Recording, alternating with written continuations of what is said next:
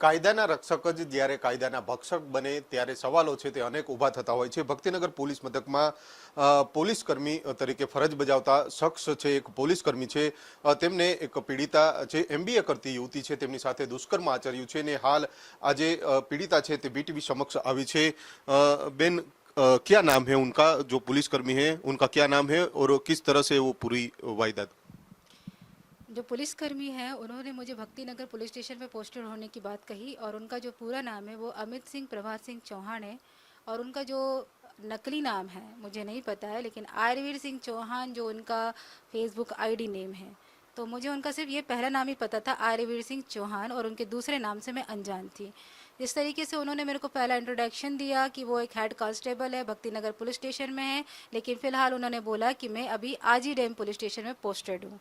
ठीक है, 4 महीने तक मेरी सिर्फ उनसे एक सिली एक इस तरीके से बात हो रही थी कि हम दूर थे, डिस्टेंस में हमारी बात हो रही थी, कोई मिलना जुलना नहीं था, गर्लफ्रेंड बॉयफ्रेंड वाला कोई सिस्टम नहीं है, क्योंकि इन्होंने डायरेक्टली मैंने इनसे प्रस्ताव रखा था कि मैं अपने करियर को फोकस करना चाहती हूँ और दूसरी चीज़ ये कि मैं टाइम पास करना नहीं चाहती, अगर आप शादी के लिए सीरियस है, एग्री है तो ही मैं बात आगे बढ़ाऊंगी।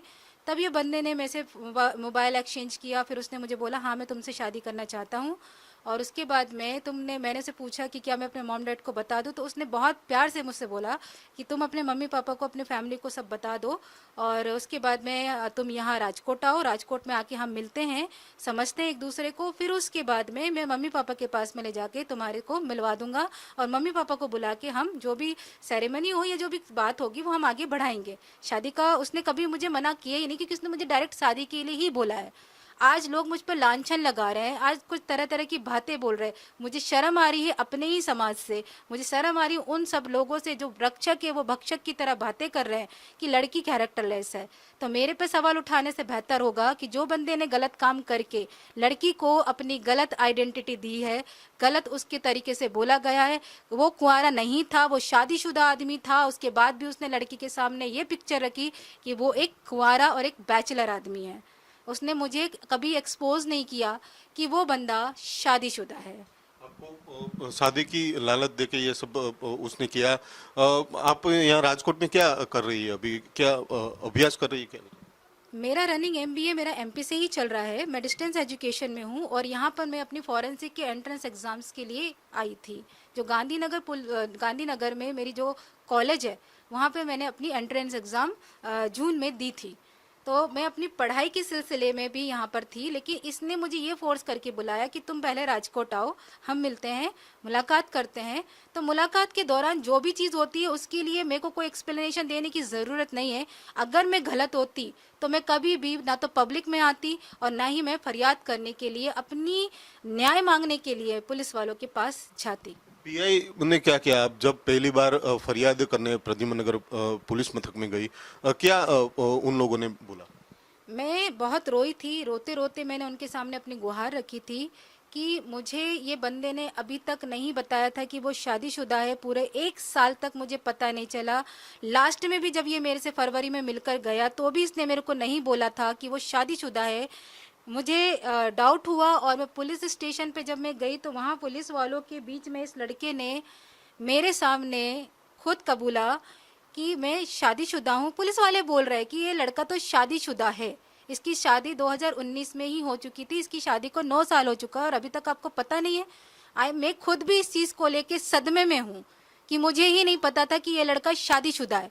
उसके काफ़ी चैट्स, सारे एविडेंस मेरे पास में है, लेकिन पुलिस वाले मेरे एविडेंस देखना नहीं चाहते हैं।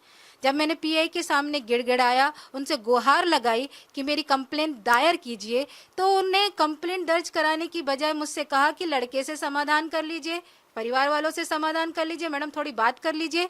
मैं क्या समाधान, जिसकी ज़िंदगी इतनी बर्बाद कर दी झूठ बोल के, उससे आप समाधान की बात कर रहे हैं? कौन सा समाधान? फिर मुझे इन लोगों ने कंप्लेंट लिखवाने से पहले समाधान का प्रेशर डाला। मैंने उनकी वो बात भी सुनी, वही पुलिस वाले कुछ भी कर सकते हैं। तो सब समाधान हुआ तो कभी लड़का जब आया तो उसने मेरे पहले तो पैर पड़े, मुझसे माफ़ी मांगी और उसने खुद ये गुनाह कबूल किया कि उसने मेरे से गलत काम किया है, उसने मेरे को धोखा दिया है, उसने मुझे शादी का झांसा दिया है और वो शादीशुदा इंसान है। ये बात मुझे वहाँ वो पुलिस थाने में कबूल कर रहा है। पुलिस समाधान में लगी हुई है और पुलिस समाधान में लगी हुई है और वो कबूल कर रहा है कि उसने गलत काम किया है। पुलिस वालों के सामने वो बोल रहा है, लेकिन पुलिस वाले मौन बैठे हैं। उसके बाद फिर भी मुझसे समाधान की बातें करे। मैंने कहा नहीं, मुझे कंप्लेंट लिखानी है। तो उन्होंने बोला मैडम एक बार और सोच लीजिए। फिर मैं 6 से 7 बार पुलिस के चक्कर काटने लगी। तो भाई उनकी फैमिली आई, फिर उसके पिताजी से बात करी, फिर उसके भाई से बात करी। इतने फैमिली मेम्बर्स थे तो मैं खुद शॉक हो गई थी कि कभी इसने इंट्रोड्यूस करा ही नहीं था कि उसकी फैमिली में इतने लोग हैं। पहली बार इसने अपनी फैमिली में सिर्फ ये बोला था कि हम 4 लोग हैं, मेरी बहन, मेरे पापा, मेरी मम्मी और मैं खुद। तो इतने लोगों का उसने मुझे इंट्रोडक्शन किया और बाद में पता चला कि भाई बड़े भाई भी हैं, ये भी हैं, सब लोग हैं। तो मैं तो शौक होगी। मुझे बहुत बाद में पता चला। समाधान की बात में ऐसा था कि लेन देन से कुछ काम होता है, लड़की को समझा लो, लड़की भी बच्ची है, देखेंगे फ्लैट व्लैट का भी कुछ कर लेते हैं कि उसको बोलो कि एक फ्लैट व्लैट दे देंगे रहने के लिए।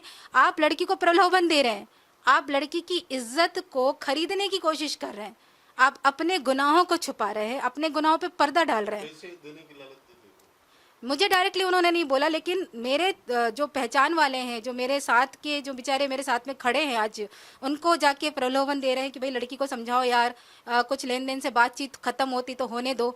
लड़का पैर पड़ रहा है, माफ़ी मांग रहा है, परिवार वाले माफ़ी मांग रहे हैं कि भाई बच्चा है। अभी मैं आपसे बोलूँ कि क्या इतना बड़ा आदमी बच्चा हो सकता है? ये पुलिस कांस्टेबल बच्चा हो सकता है? क्या बच्चे से ऐसी भूल हो सकती है? अब आपकी क्या मांगनी है, क्या एक्सपेक्टेशन है, क्या होना चाहिए, किस तरह की सजा? यही कि जब मैं गुहार के लिए गई थी तो भी मैं आपसे एक चीज़ और बोलना चाहती हूँ। मैं आपके प्रश्न को थोड़ा बदल रही हूँ। मेरा ये कहना है कि जब मैं पीआई के सामने जाके गिड़गिड़ा रही थी, रो रही थी, तो मेरे को पीआई साहब बोलते कि हूँ कोटे, मतलब मैं खोटी हूँ। तो अने बन्ने च खोटे चेत बनों ने, दोनों ने एक दूसरे को धोखा दिया है। अभी लड़के ने लड़की से शादी करने के लिए मना कर दिया, लड़के को पता चला कि लड़के का कैरेक्टर खराब है, तो लड़के ने शादी के लिए इनकार कर दिया, तो लड़की आके फरियाद कर रही है। इतना घटिया, इतना झूठा, इतना घिरा हुआ बयान देने से पहले आपने सोचा नहीं था? मैं गिड़गिड़ा रही थी, उनके सामने खड़ी होकर फरियाद कर रही थी कि सर प्लीज एक बार मेरे एविडेंस तो देख लीजिए, एक बार उस कॉल डिटेल को तो सुन। नहीं नहीं, मुझे तो कुछ नहीं सुनना है, मुझे कुछ नहीं देखना है, जो दिखाना है, जो करना है कोर्ट में करना, मेरा ये कोई काम नहीं है। वो साहब जो है वो ना तो मेरे को सुनना चाह रहे थे, ना मुझे मेरी चीज़ों को देखना चाह रहे थे। और उस जिस दिन फरियाद लिखाई गई 5 तारीख को, उस दिन भी रात को 8 बजे ये आरोपी मिस्टर पीआई साहब से मिलने भी आता है, समाधान भी करता है। उनके बीच क्या बात हुई है तो मुझे नहीं पता, लेकिन इनके साथ समाधान हुआ है। अब मैं ये पूछना चाहती हूँ कि आप पुलिस वाले हैं, पुलिस वाले के हाथों गंदा काम हुआ है, तो पुलिस वाले को प्रोटेक्ट कर रहे हैं, तो अब लड़की के कैरेक्टर पर उंगली सभी उठाएंगे। तो मैं सवाल करती हूँ उस प्रशासन से कि ये पहले कहाँ चले गए थे? इससे पहले ये लोग कहाँ चले गए थे कि आज लड़की का कैरेक्टर ढूंढ रहे हैं ये लोग? जब लड़की यहाँ पे फरियाद लिखाने आई तो आप लड़की का कैरेक्टर खंगालने लगे। इससे पहले आप लोग कहाँ चले गए थे? तो मेरे ऊपर तोहमत लगाने से ज़्यादा, मेरे ऊपर इतनी मेरे इंक्वायरी निकलवा रहे हैं आप, मेरी सीडीआर निकलवा रहे हैं आप, मेरा सब कुछ निकलवा रहे हैं, तो जो काम आप मेरे ऊपर करने की कोशिश करें वो काम आप आरोपी के ऊपर नहीं कर रहे। आरोपी फरार है, आरोपी अभी तक पकड़ाए नहीं है। फरियाद के दिन भी आरोपी पुलिस वाले के सामने था, फरियाद के बाद 24 घंटे भी आरोपी पुलिस वाले के पहचान में था, उसके नॉन में था, वो ज्ञात था कि पुलिस वालों को पता था कि आरोपी कहाँ है। उसके बाद फिर आरोपी कैसे भाग गया? क्या ये इनकी साठगांठ थी? क्या पुलिस वालों को बचाया जा रहा है?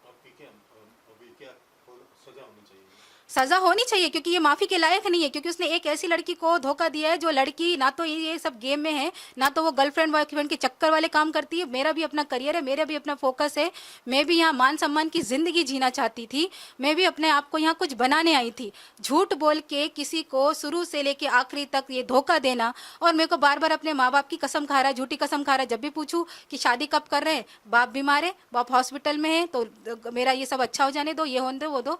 बात बात पे वो मेरे को हर बार एक्सक्यूज दे रहा है। फिर गोधरा से दाहोद से लेकर मेरा ट्रांसफर हो गया, लेकिन उसका कोई ट्रांसफर नहीं हुआ था। वो मुझसे झूठ बोल के गया था कि उसका ट्रांसफर हो गया था, वो राजकोट में ही था। तो इतनी झूठी कहानी गढ़ने के बाद, एक लड़की को इतने धोखे में रखने के बाद, फिर यहाँ तक भी बात खत्म नहीं हुई तो मैंने इंस्टाग्राम से इसकी एक फ़ोटो निकाली, जो फ़ोटो एक उसकी किसी लेडीज़ के साथ में उसकी फ़ोटो थी। तो जैसे ही मैंने उससे पूछा कि ये लेडीज़ तुम्हारे साथ कौन थी, तो अभी आप बताइए ये घिनौना शख्स जो है, ये जो आरोपी है, जो मुझ पर अपने कैरेक्टर उछाल रहा है, तो मैं उससे सवाल पूछती हूँ कि जब मैंने तुझे ये तस्वीर दिखाई थी तब तूने ये क्यों बोला कि ये मेरी बड़ी बहन है? दोबारा जब मैंने इसकी शादी की तस्वीर इसको दिखाई तो ये बंदा बोलता है कि अरे ये तो मेरे बड़े पापा की लड़की है, मैं और मेरा भाई हम अपने घर में दीदी के साथ में बैठ के फ़ोटो खिंचा रहे हैं। दूसरी चीज़ है कि फिर बाद में वो खुद ही बोलता है कि बहन की शादी में इतना कौन तैयार नहीं होता है। इतना झूठ बोलने के बाद भी मेरे को इतने भरोसे में लेने के बाद भी आपको लगता है कि मुझे इसको माफ करना चाहिए, और आपको लगता है कि मैं कैरेक्टरलेस हूँ, जो बात बात पे बोल रहा है कि मैं तुझे छोड़ना नहीं चाहता हूँ, तेरे अलावा मेरी जिंदगी में कोई नहीं है, शादी तेरे अलावा मैं किसी से नहीं करूंगा, वादा करता है, दावा करता है। मेरे पास स्टेटमेंट्स है, आप देख लीजिए, मेरे पास कॉल डिटेल आप सुन लीजिए। पब्लिक सुनना चाहते तो मैं पब्लिक सुना दूंगी। पहले आरोपी को तो पकड़िए, आरोपी क्या कहता है। और आरोपी मुझे धमकी दे रहा है, मेरे कंप्लेंट के बाद आरोपी मुझे धमकाने लगा कि मैं पुलिस वाला हूँ, तुझे मालूम नहीं है कि मैं कौन हूँ, तूने पुलिस वाले से पंगा लिया है, अभी देख मैं तेरी कैसी ऐसी की तैसी करता हूँ, तेरी डिटेल निकलवाता हूँ, तेरा ये करूंगा, तेरा वो करूंगा। यानी कि अभी इसको याद आ रहा है कि लड़की खराब है, लड़की कल्प्रिट है, और अभी लड़की को डराने धमकाने की कोशिश कर रहा है। अपने दोस्तों अपने मित्रों के साथ में मिलकर इसने मेरे को पहले मानसिक प्रताड़ना भी दी। इसने घर से निकल गया है, ये कहीं मिसिंग हो गया है, ये कहीं चला गया है, इस तरीके से मेरे को मेंटली टॉर्चर किया गया उसके दोस्तों के सहारे। उनके दोस्तों की भी बयान और रिकॉर्ड मेरे पास में है, जिसमें उसका दोस्त तो आखिरी तक भी मुझको ये नहीं बोल सका कि ये लड़का शादीशुदा है, आप मैडम इसको छोड़ दो। तो क्यों दोस्तों के साथ में मिलकर इसने जालसाजी की, साठगांठ किया, तो लड़की गलत कैसे हो गई, लड़की कैरेक्टरलेस कैसे हो गई, लड़की ने कैसे लड़के को धोखा दे दिया। धोखा तो सिर्फ लड़की को मिल रहा था, उसके दोस्तों के साथ में मिलकर वो फिल्मी नाटक कर रहा है मिसिंग होने का, कि वो लड़का कहीं चला गया, कुछ कर लेगा, वो आत्महत्या कर लेगा, उसके ऊपर ढेर सारा कर्जा पड़ा हुआ है, आप समझ नहीं रही हो, आप उसको क्यों परेशान कर रही हो, ये सब कर करके मेरे पास मैसेज कॉल्स आ रहे हैं। तो उसका जिम्मेदार कौन है? आप लोग हैं, और आप लड़कियों को गलत बोल रहे हैं, जबकि लड़की आपके सामने सारी चीजें कबूल रही है, सारी चीजें आपको बता रही है, तो आपने लड़के को फरार क्यों किया? प्रशासन से कहने का ये मतलब है कि लड़का अभी तक इनकी गिरफ्त में क्यों नहीं आया है? एफआईआर के 6 से 7 दिन पूरे कंप्लीट हो चुके हैं, मेरी कोर्ट की डेट भी आ चुकी है, और अभी तक फरार जो आरोपी है वो अभी तक फरार है, आरोपी अभी पुलिस के हत्थे से दूर है। तो क्या पुलिस पर सवाल या निशान नहीं है कि आखिर क्यों आरोपी को छोड़ दिया गया है? एविडेंस देखे नहीं गए हैं, एविडेंस देखने से इनकार कर दिया गया। तो यही मेरा पूछना है, सीपी साहब से भी मेरा भी यही कहना है, डीसीपी साहिबा से भी मेरा यही कहना है, प्रशासन से भी मेरा यही कहना है कि आरोपी को खुली छूट क्यों दे रखी है, और एक पीड़िता को ही क्यों परेशान किया जा रहा है, उसको ही क्यों मेंटली टॉर्चर किया जा रहा है। पुलिस वाले उसके बारे में गलत गलत बातें बोल रहे हैं, तो बताइए मैं लड़की अकेली कहाँ जाऊंगी? आप कैसे मेरे कैरेक्टर को जज कर सकते हैं? और इतने बड़े ऑफिसर की पोस्ट में बैठने वाला आदमी बोलता है कि लड़की खोटी है, लड़की धोखेबाज है, लड़की चीटर है, लड़की का कैरेक्टर सही नहीं है। इतना बड़ा ऑफिसर होकर इतनी बड़ी बात बोलता है, तो मुझे तो इसमें शर्म महसूस हो रही है, मुझे तो प्रशासन के साथ में रहकर शर्म महसूस हो रही है। तो मेरे को तो ऐसा लगता है कि मुझे, या फिर ऐसा लगता है कि मैं आप लोगों के साथ में अपना न्याय नहीं ले सकती हूँ। तो मैं क्या करूँ? क्या पब्लिक में इश्यू करूँ कि मैं आत्महत्या कर लूँ, सुसाइड कर लूँ? तभी आप मानेंगे कि लड़की सही है, लड़की के साथ में धोखा हुआ है, लड़की के साथ में गलत किया है? क्या लड़की मरने के बाद में साबित कर पाएगी?